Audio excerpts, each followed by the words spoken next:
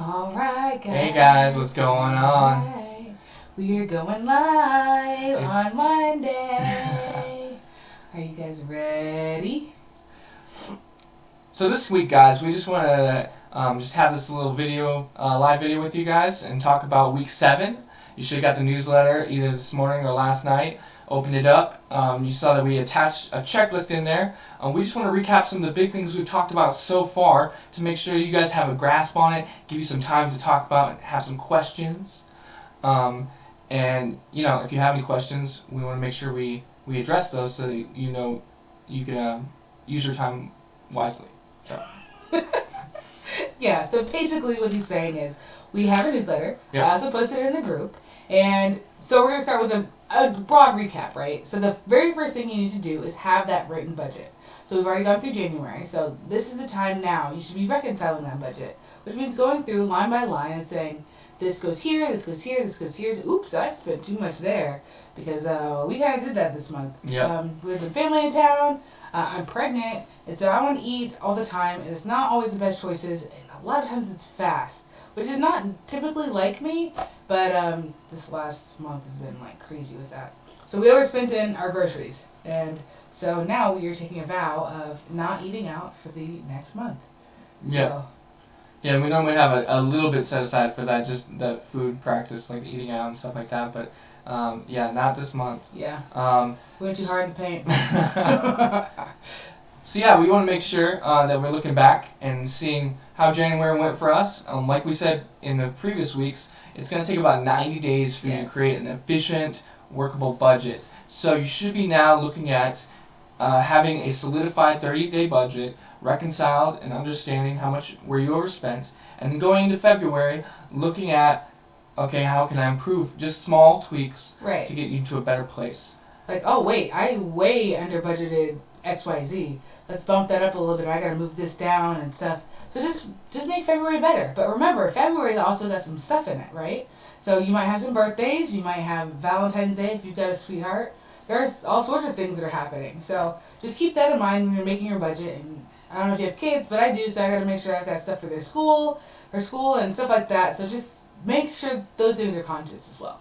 So after you've got your budget down for February, the next thing we want to make sure you have is your $1,000 or your 1 month's mortgage or rent, if it's more than $1,000, of emergency fund, right? So let's take a look at that. So what are some things that we can do to make sure that we get to that goal? So sometimes it takes people a little while to get there, 6-7 months. And it depends on your income, right? So some people can have it in a month or two, and some people it takes a while. But the thing is, are you being intentional with your funds? Are you being intentional with saving? Are you being intentional with every dollar you spend? And that's what's going to get you there the fastest. No matter how long it takes you, that's what's going to get you there the fastest for you.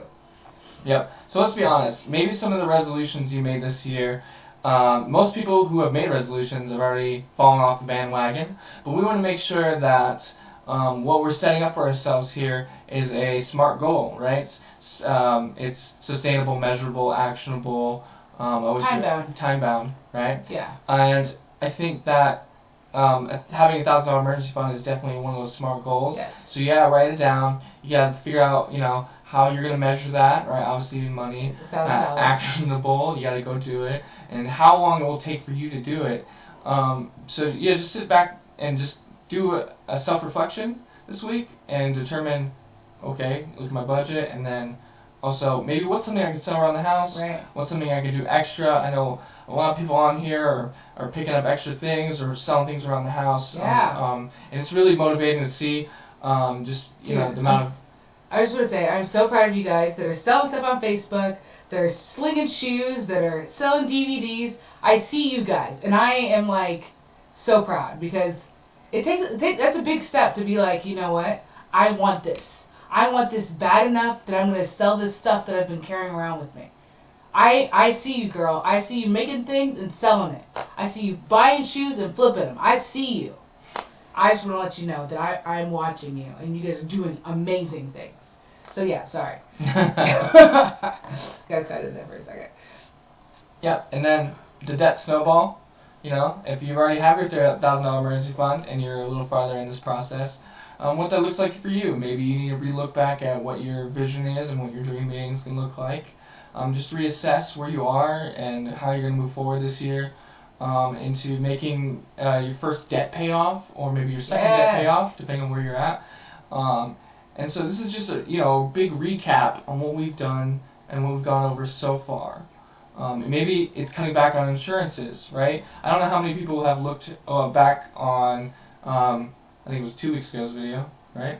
Insurance last week. Last week's video, sorry, it was a long week.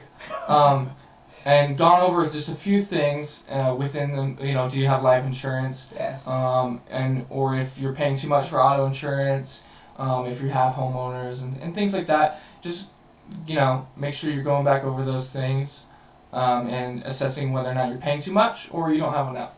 And you can always negotiate. You can say, hey, USAA, hey, Progressive, I've been with you guys for 8 years. Are there any new rates you guys have? I've been looking at State Farm, and State Farm has got a really low rate for the same plan that I've got. Sometimes they'll negotiate with you sometimes if they can. If not, they'll be like, you know what? State Farm is great, but our customer service is better, and that's why it costs more. And you say, okay, maybe that's what I want. You gotta weigh your pros and cons here. Because not everything's gonna be cheaper that's better. Does that make sense?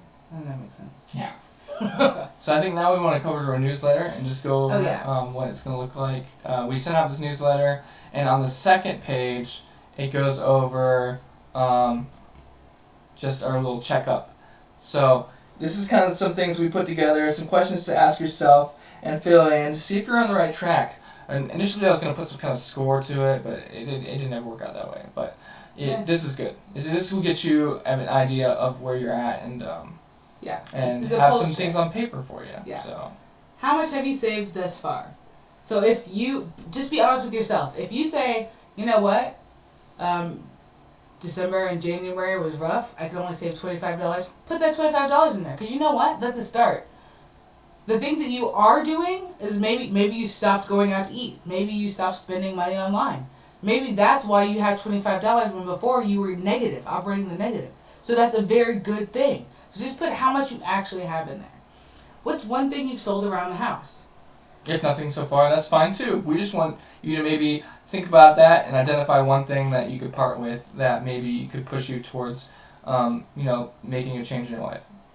How much money will you free up a month by paying off your debt? This one's really good because as soon as you can actually put this number on paper, you can really understand the money leaving the door. I think that was one of the biggest eye-opening things for me is when I understood the amount of money that was leaving, then I had a goal to work towards and understanding that, this could be money going towards my future. Yeah, so I was like, our car payments, right? We had 2 cars, we had credit cards, and I was like, no wonder we're broke.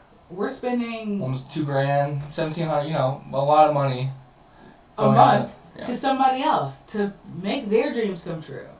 Like, I don't want to do that. Yeah, just remember your debt is someone else's income. Yes.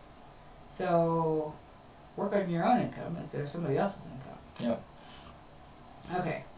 What's one thing you have cut back or removed from your budget?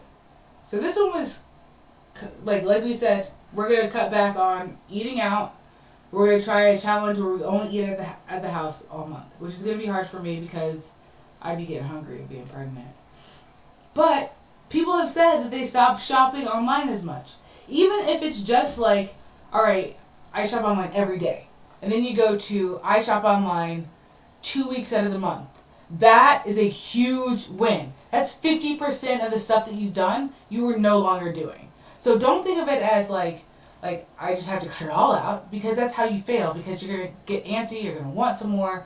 Just, hey, if it's 2 weeks, that's so much better than every single day. And if you're still going to Starbucks once a week, make it a treat. I'm not saying you have to get rid of everything, but savor it. Notice how much you're paying for it. Pay for it in cash and be like, look, I am consciously spending this $7 at Starbucks for this caramel frappuccino that I know I don't need, for these 800 calories, but I'm going to consciously do it. Just be aware of what you're doing. That's all I'm asking. Just be aware.